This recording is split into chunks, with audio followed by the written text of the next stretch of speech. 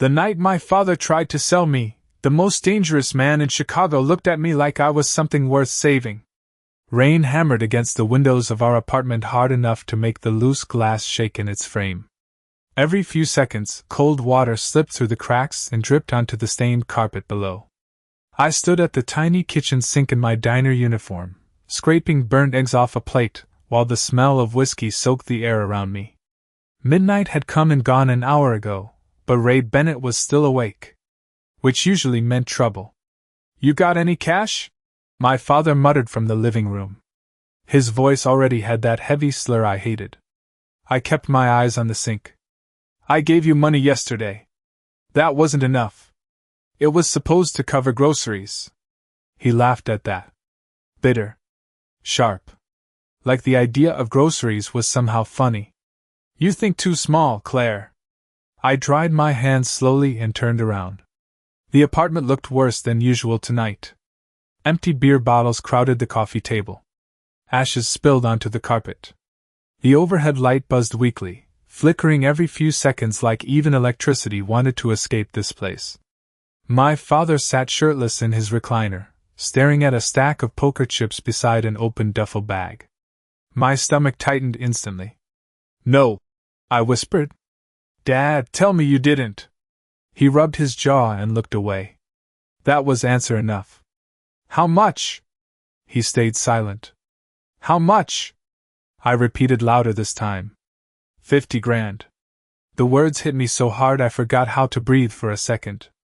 $50,000. We were 3 months behind on rent. I worked double shifts at Rosie's diner just to keep the lights on, and somehow he managed to lose $50,000 we never had in the first place. "Who do you owe?" I asked quietly. He finally looked at me then. Fear sat behind his bloodshot eyes. Real fear. The kind that sobers people up fast. "People you don't want showing up here." A cold feeling crawled down my spine. Outside, thunder cracked so loudly it rattled the cabinets. Then came the knock. 3 slow hits against the apartment door. Calm. Heavy. Controlled. Not drunk neighbors. Not cops. Something worse. My father froze instantly. I watched the color drain from his face. Another knock followed. Slower this time. Like whoever stood outside already knew we weren't going anywhere. "Don't open it," Dad whispered. But the lock clicked before either of us moved. The door swung open, and cold rain air rushed inside. 3 men entered first. Dark suits. Silent expressions. The kind of men who scan rooms before breathing in them. Then he walked in behind them. Tall. Broad shoulders beneath the charcoal overcoats still wet from the storm. Dark hair slicked back neatly. Sharp jaw. Black leather gloves. Everything about him felt controlled. Dangerous in the quietest possible way. Damien DeLuca. I didn't know his name yet.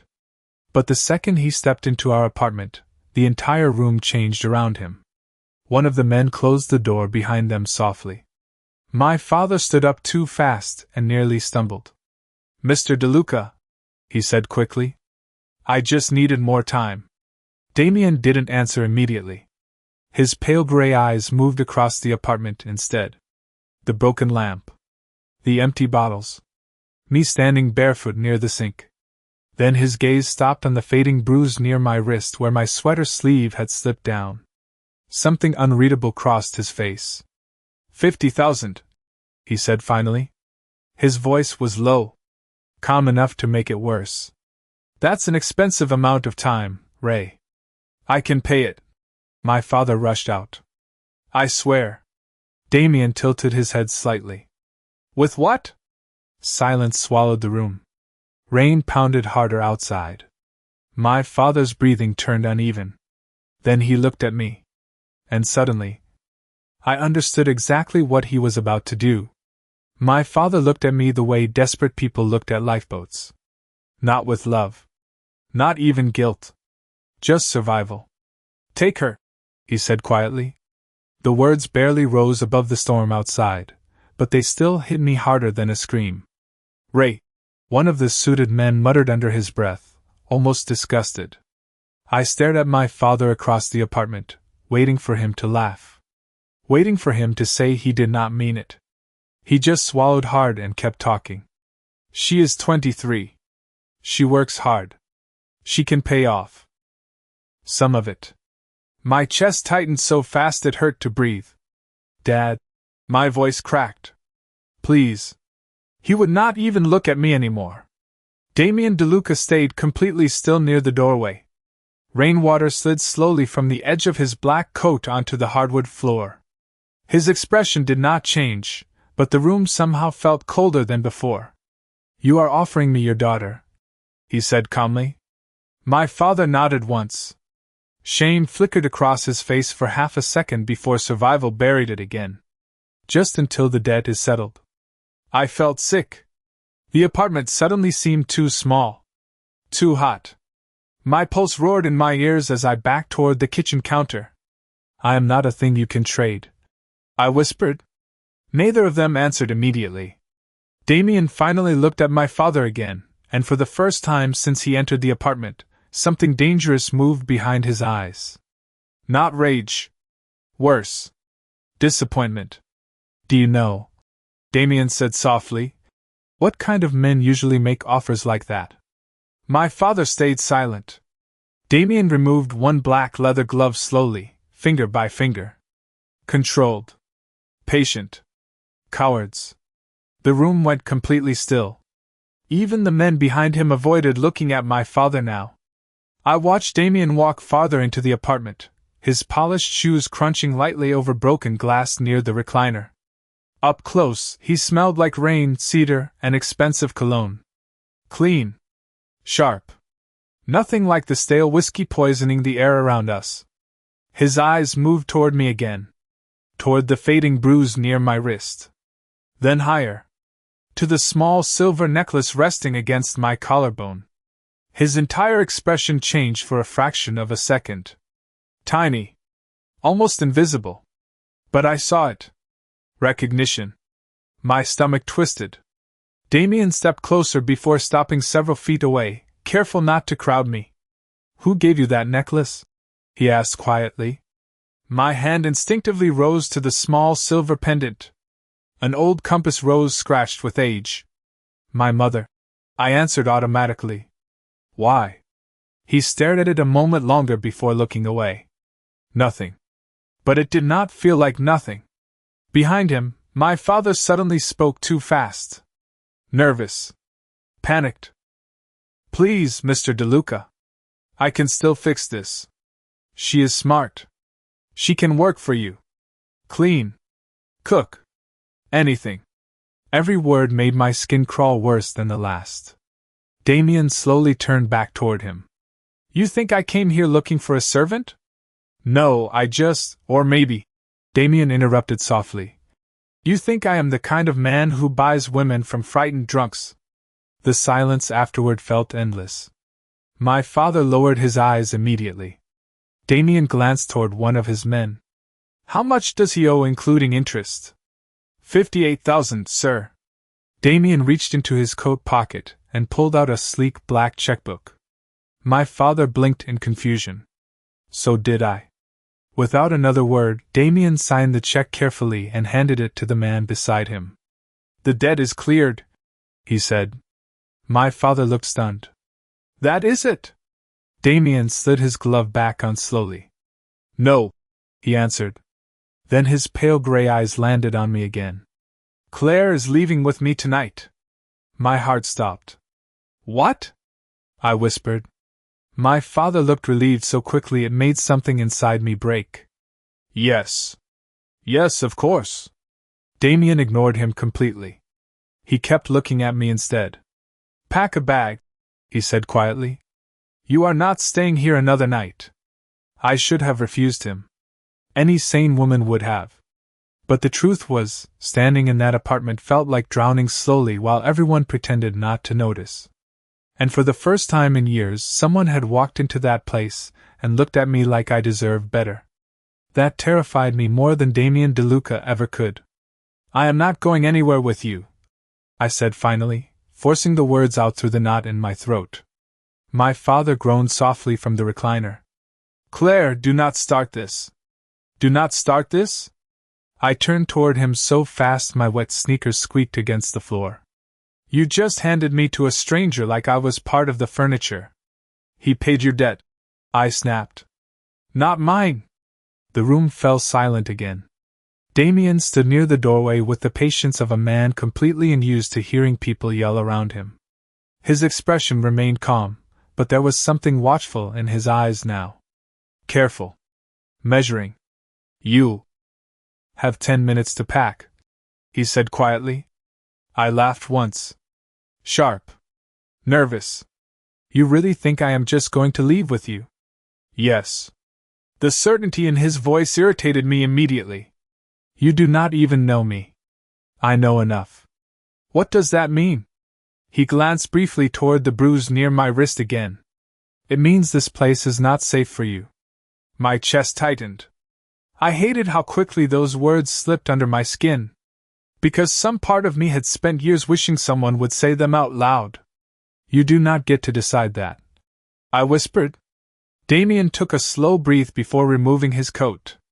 One of the men beside him stepped forward automatically to take it, but Damien ignored him.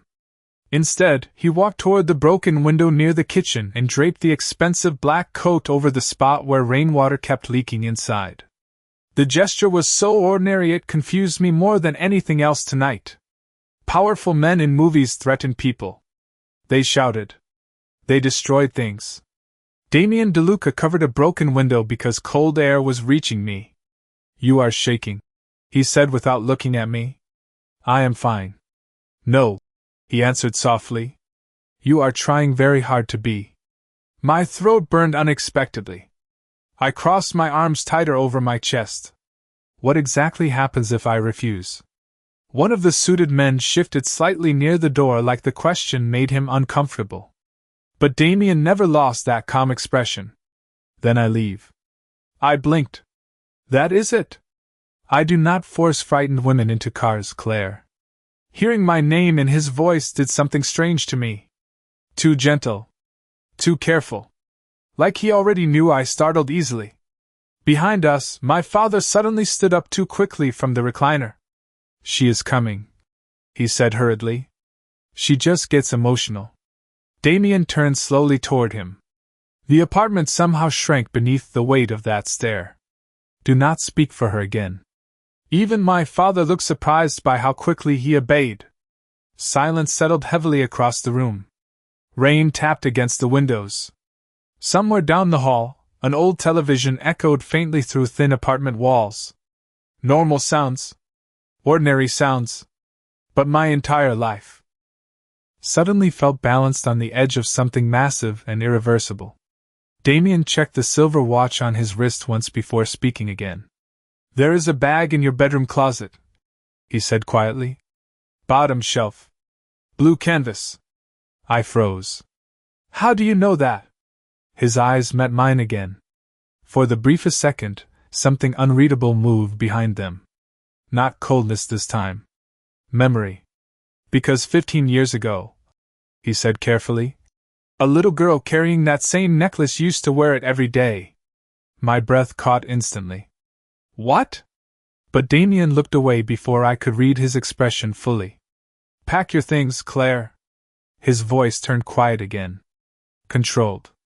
We are running out of time. I packed my entire life into one faded blue canvas bag in less than 6 minutes. That was the worst part. Not the fear. Not the storm outside. Realizing how little I actually owned after 23 years of living.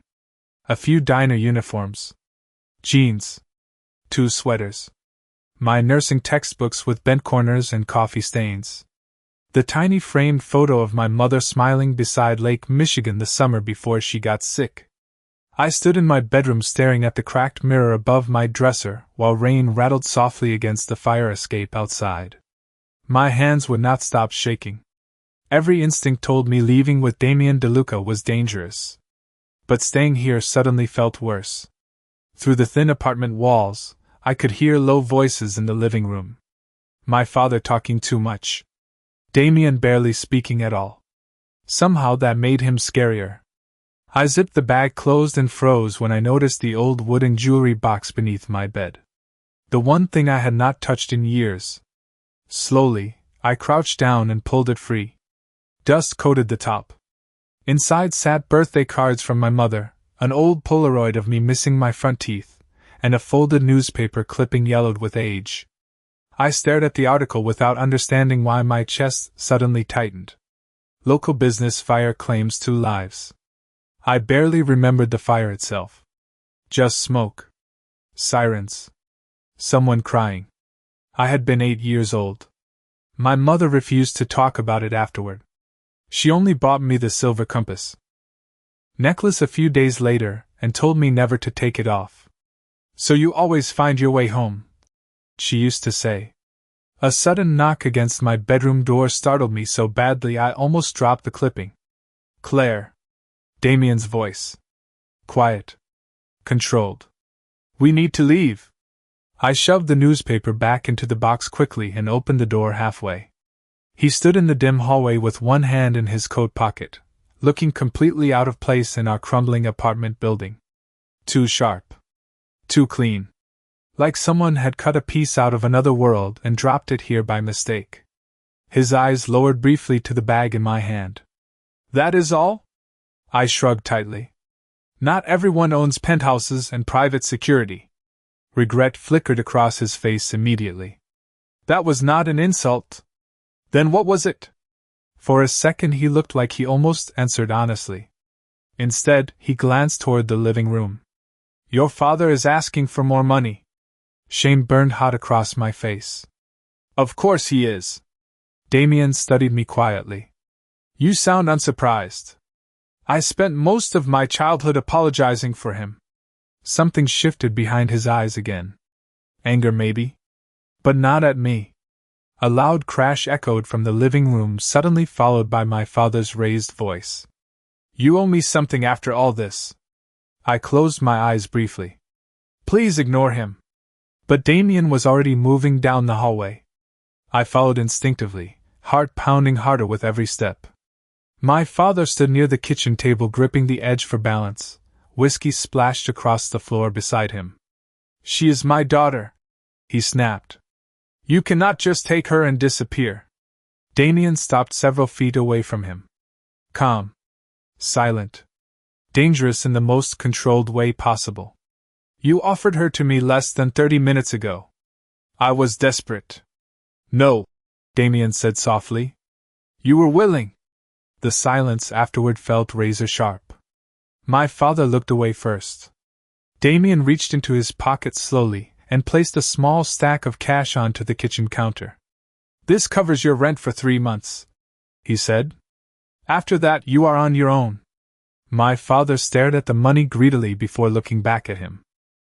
That is it? I felt sick hearing those words. Like even now, he thought this night was some kind of negotiation. Damien looked at him for a very long moment before answering.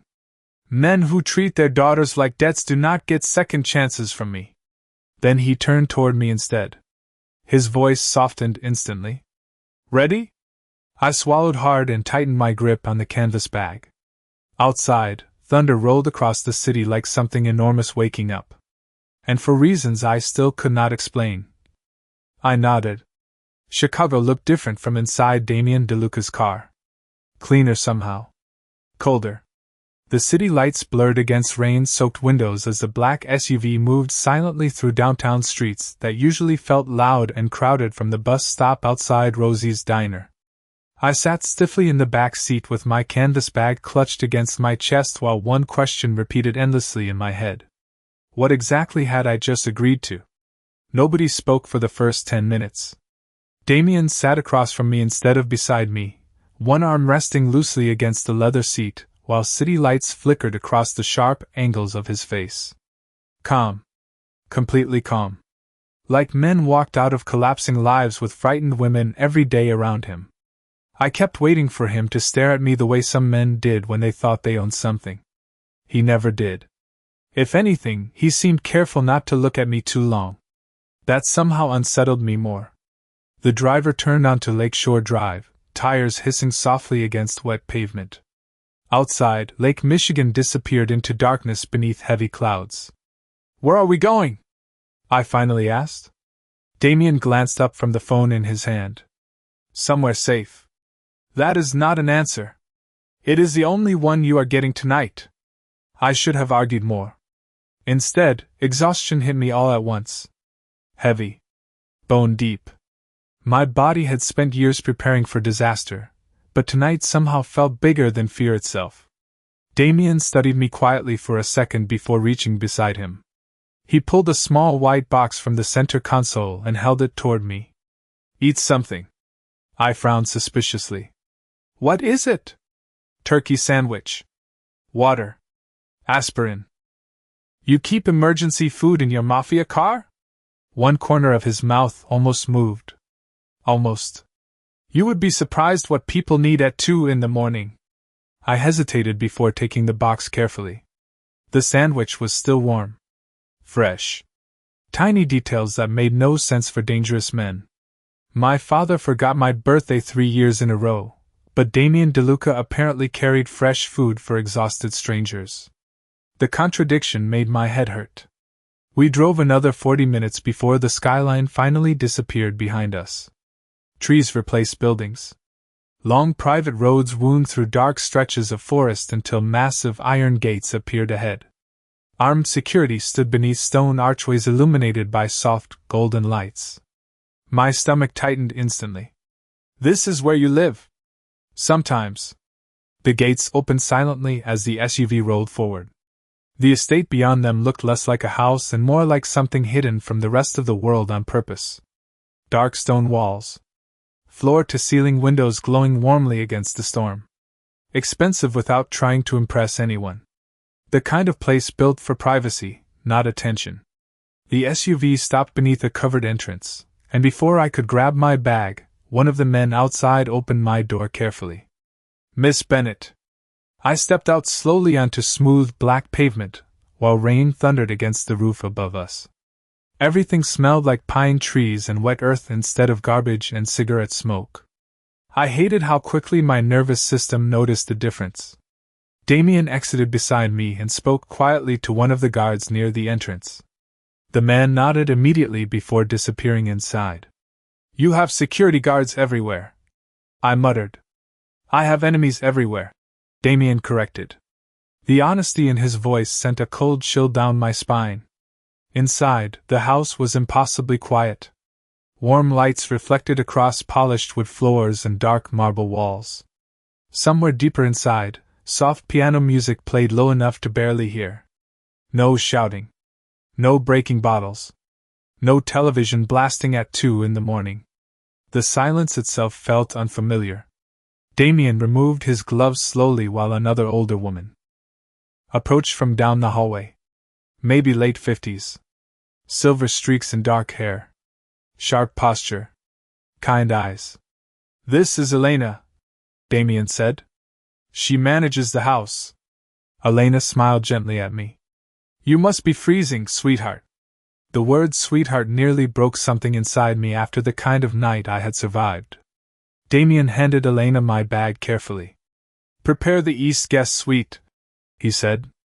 "And ask Dr. Feldman to come tomorrow morning." My chest tightened instantly. "Doctor?" Damien looked at me calmly. "You are injured."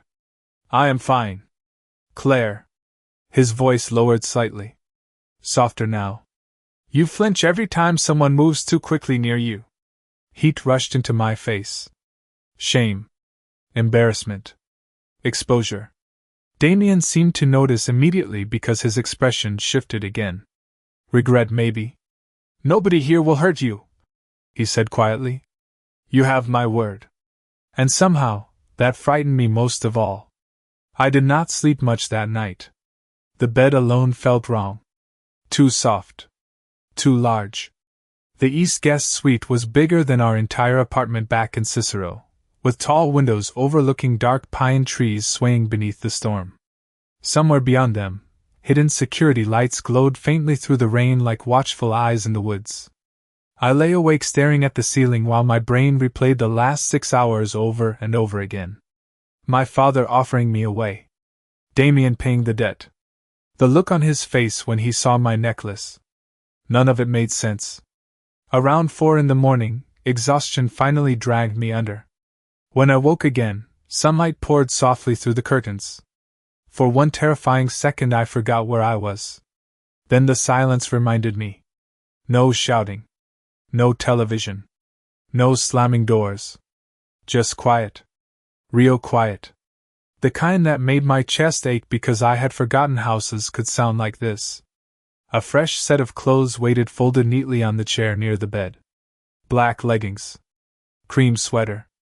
Thick socks. My size exactly. Beside them sat a small note written in clean, sharp handwriting. Breakfast downstairs whenever you are ready. I stared at the note for a long moment before setting it down carefully. No signature. None needed. Downstairs smelled like coffee and fresh bread. Elena stood near the stove arranging fruit onto plates while soft jazz played from hidden speakers somewhere overhead. She smiled the second she saw me. Good morning, sweetheart. I still was not used to people saying soft things to me without wanting something afterward. Morning, I answered quietly. Elena poured coffee into a white ceramic mug and slid it toward me. Mr. DeLuca left early for meetings, but he asked me to make sure you ate. Does he ask everyone to eat? Elena laughed softly. No. Usually he forgets to eat himself. I wrapped both hands around the mug, letting the warmth settle into my fingers. What exactly does he do? The question slipped out before I could stop it. Elena became careful immediately. Not nervous. Loyal. Mr. DeLuca protects a lot of people. That was not an answer either. Before I could ask more, voices drifted faintly from down the hallway near the front entrance. Male voices. Low. Tense. I glanced toward the sound instinctively. Elena noticed immediately. You do not need to worry. That sentence usually means I absolutely should. She almost smiled again, but before either of us spoke further, a sharp voice echoed from the foyer. You think he can hide her forever? My stomach tightened instantly. Elena set down the kitchen towel slowly. Stay here. But I was already standing. Curiosity and fear pulled me toward the hallway before common sense could stop me. I reached the edge of the foyer just as Damien stepped through the front doors. Black overcoat. Dark gloves. Rain clinging lightly to his shoulders. He looked colder today somehow. Harder. A tall man stood across from him near the staircase, red-faced and furious while 2 security guards watched silently nearby. My brother made one mistake, the man snapped. One. Damien removed his gloves calmly. Your brother put his hands on his wife in front of their children. The man's expression darkened immediately. That is family business. Damien's voice lowered dangerously soft. Not in my city. Silence crashed heavily across the foyer. Even the guards avoided looking directly at him now. I stayed frozen near the hallway entrance while something inside me slowly shifted. I had spent my whole life believing powerful men protected each other, covered for each other, excused each other. But Damien looked at that man like disgust physically tasted bitter in his mouth. He is gone from Chicago, Damien continued quietly. His wife and children are safe. That conversation is over. The man looked ready to argue again before noticing me standing near the hallway. His eyes flicked over my face briefly. Damien noticed instantly. The temperature in the room seemed to drop 10 degrees. He stepped slightly sideways without even looking at me directly, placing himself between us in one smooth movement. Protective. Automatic. Leave, Damien said softly. The man left without another word. The massive front doors shut behind him with a heavy echo. For several seconds nobody moved. Then Damien turned and finally saw me standing there barefoot in borrowed clothes. Something unreadable crossed his face again. Not annoyance. Not surprise. Something gentler. You should be eating breakfast, he said quietly. I stared at him for a long moment before answering. You sent him away because he hurt his wife? Damien loosened the cuff of one glove slowly. Men who make women afraid in their own homes are not welcome near me. My throat tightened unexpectedly. Because for the first time since meeting Damien DeLuca, I believed him. The first time I laughed inside Damien DeLuca's house, it startled both of us. It happened 2 days later in the kitchen over burnt toast. Elena had disappeared into town for groceries, and I stood barefoot at the counter trying to make breakfast while smoke drifted lazily toward the ceiling. "You are committing crimes against bread," Damien said from the doorway. I jumped so hard the spatula slipped from my hand. He caught it easily before it hit the floor. Of course he did. Men like Damien probably never dropped anything. I pressed one hand against my chest. "Do you always move around like a ghost?" "Only when people are trying to start kitchen fires." His voice stayed perfectly calm, but there was something dangerously close to amusement in his eyes. I stared at him for a second before laughing under my breath. Actual laughter. Small. Rusty. Unfamiliar. Damien froze completely. The expression vanished from his face so fast I almost thought I imagined it. "What?" I asked quietly. He looked away first. "Nothing." But it clearly was not nothing. The silence stretched awkwardly between us while rain tapped softly against the kitchen windows again. Chicago storms seemed endless this time of year. Damien stepped closer and reached around me to lower the stove burner. The movement was smooth and careful, but my body reacted before my brain could stop it. I flinched. Hard. The air changed instantly. Damien stepped back immediately like he had touched fire. "Claire." His voice lowered. "Gentle now. I was not going to hurt you." Shame flooded me so quickly it burned. I know. But my nervous system did not know. That was the problem. For years every loud sound, every sudden movement, every heavy footstep in our apartment meant trouble was coming. Survival instincts did not disappear because a dangerous man with beautiful suits spoke softly to me. Damien watched me quietly for a long moment before setting the spatula down beside the stove. "You do not have to apologize for being afraid." "I was not apologizing." One dark eyebrow lifted slightly. "You said it like one." I looked away toward the rain streaking across the windows. "You are not exactly easy to relax around." "Fair." Another tiny, almost smile. My stomach did something strange at the sight of it. Before either of us could speak again, the sound of tires crunching sharply against gravel echoed outside the house. Damien's expression changed instantly. Cold. Alert. The transformation happened so fast it barely looked human. 1 second calm. The next deadly focused. A security guard appeared in the kitchen doorway almost immediately. "Sir?" Damien turned. "What is it?" "There is a man at the gate demanding to see Miss Bennet." My chest tightened instantly. "Dad?"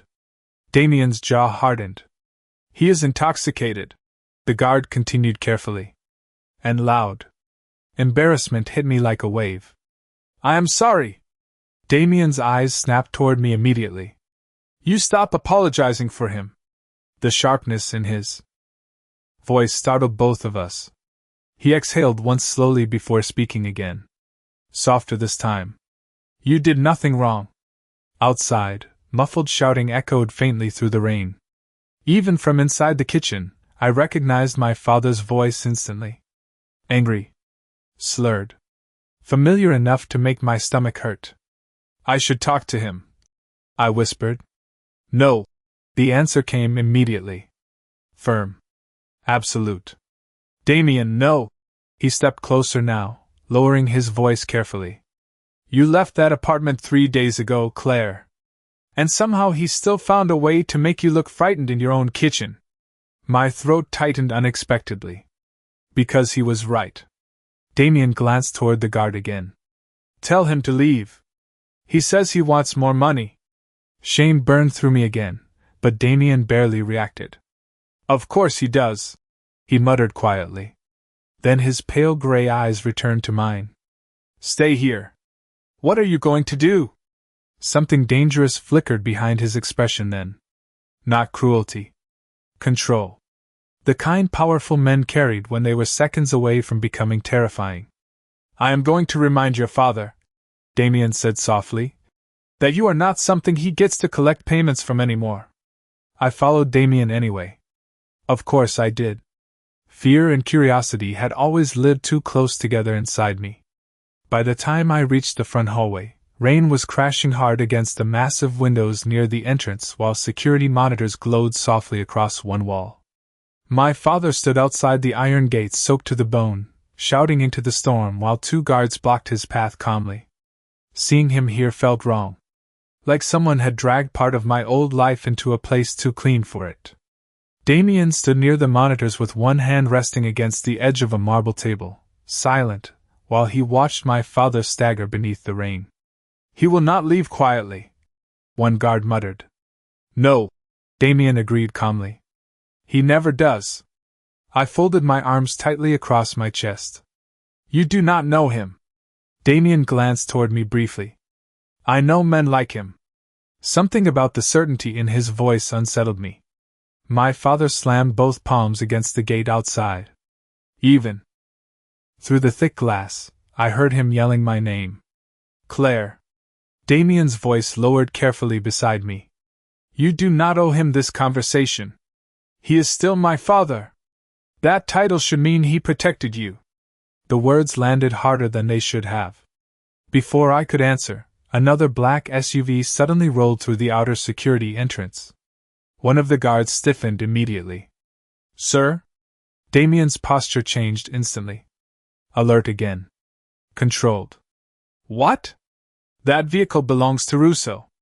Damien swore softly under his breath for the first time since I met him. My stomach tightened. Who is Russo? Damien did not answer immediately. Outside, the second SUV stopped near the gate beside my father. 2 men stepped out into the rain wearing dark coats. One handed something small to my father. Money, maybe. Papers. I could not tell. But the second it happened, Damien's entire expression hardened into something dangerous. Inside, he said sharply. Now. I stared at him. What is happening? Claire. His voice cut lower this time. Inside. Fear rushed cold through my chest. Real fear. The kind that made my pulse stumble. Because until now, Damien had always sounded calm around me. Controlled. But not frightened. This sounded different. One of the men outside looked directly toward the house. Even from this distance, something about the way he stared at the windows made my skin crawl. My father pointed toward the estate while talking rapidly to them. Understanding hit me slowly. Horribly. He sold information about me. Damien looked at me then. Silence confirmed everything. Why? I whispered. Because desperate men eventually run out of things to trade. Shame burned through me so violently I could barely breathe. My own father had brought dangerous people to this house. To me. Damien stepped closer instantly when he saw my expression. Look at me. I did. His pale gray eyes stayed steady on mine while rain and thunder swallowed the world outside. None of this is your fault. He gave them information because of me. No. His voice sharpened slightly. Because of money. Outside, one of the strange men started moving toward the gate controls while speaking into a phone. The guards around the property immediately shifted positions. Radios crackled softly through the hallway. Every muscle in Damien's body tightened beneath that calm exterior. Elena will take you upstairs, he said quietly. Lock the east wing doors until I come get you myself. Damien. He stepped closer before I could finish. Too close now. Close enough for me to see the storm reflected inside his eyes. I need you to trust me for the next 10 minutes.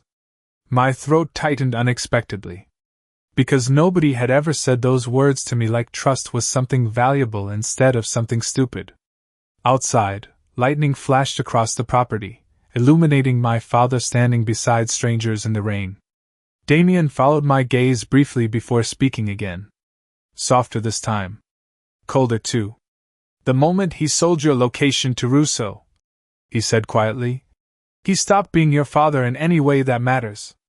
Then he turned toward the guards near the entrance, and the entire house seemed to shift around him like even the walls understood who was in charge.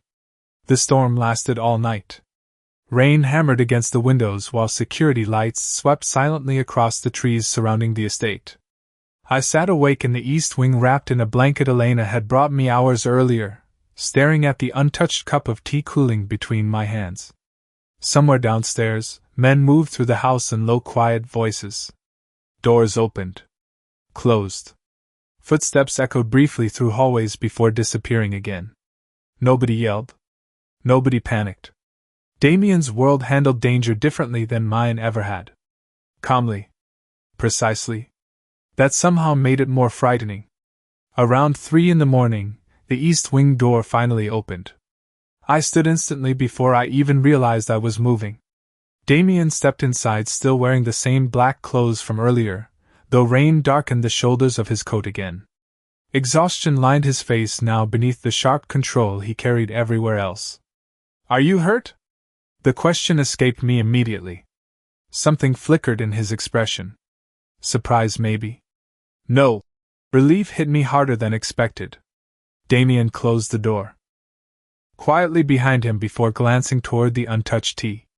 "You did not sleep. Neither did you." A tired, almost smile touched his mouth briefly. "Fair." Silence settled between us while thunder rolled softly in the distance. I stared at him across the room, trying to understand the strange ache growing in my chest. 3 days ago I had been terrified of this man. Maybe I still should have been. But fear was no longer the first thing I felt around him. Damien reached slowly into his coat pocket and pulled out a folded stack of papers. "What is that?" I asked carefully. He crossed the room and placed them gently onto the coffee table between us. "Legal documents. Bank forms. A passport application." My name printed neatly across every page. "I do not understand." Damien removed his gloves slowly before answering. "There is enough money in that account for you to finish nursing school anywhere you want." I stared at him. "What?" "The passport will be expedited by morning." My heartbeat slowed strangely. "Why are you giving me this?" His pale gray eyes met mine fully then. "Honest. Tired. Because you should have choices." The room suddenly felt too quiet. Too emotional. I looked down at the papers again, hands trembling slightly. "You are letting me leave, Claire." His voice softened carefully. "You were never a prisoner here." Emotion climbed painfully into my throat before I could stop it. My entire life people had treated love like ownership. Control. Debt. Obligation. But Damien DeLuca had spent days protecting me only to hand me freedom the second he realized I might need it. "Why?" I whispered again. He stayed silent for a long moment. Then finally quietly, "Because 15 years ago, during a fire on the south side, a little girl called 911 when everyone else ran away." My breath caught instantly. Damien looked toward the silver compass necklace resting against my collarbone. "My sister survived because of that phone call." Memory hit me suddenly. Smoke. Sirens. A little dark-haired girl crying near an alley while flames climbed into the night sky. I had forgotten almost all of it over the years. But not completely. "That was you," I whispered. Damien nodded once. "I recognized the necklace the second I saw you." Tears burned unexpectedly behind my eyes. "You have been protecting me this whole time because of something I did when I was 8? "No." His answer came immediately. "Certain." He stepped closer then, stopping just in front of me. Close enough that I could see exhaustion beneath his composure now. "I kept protecting you because every time you walked into a room, you apologized for surviving it." My chest broke quietly at those words. Damien looked at me the way people look at fragile things they are trying very hard not to damage. "You can leave in the morning," he said softly. "Chicago. New York. California. Anywhere you want."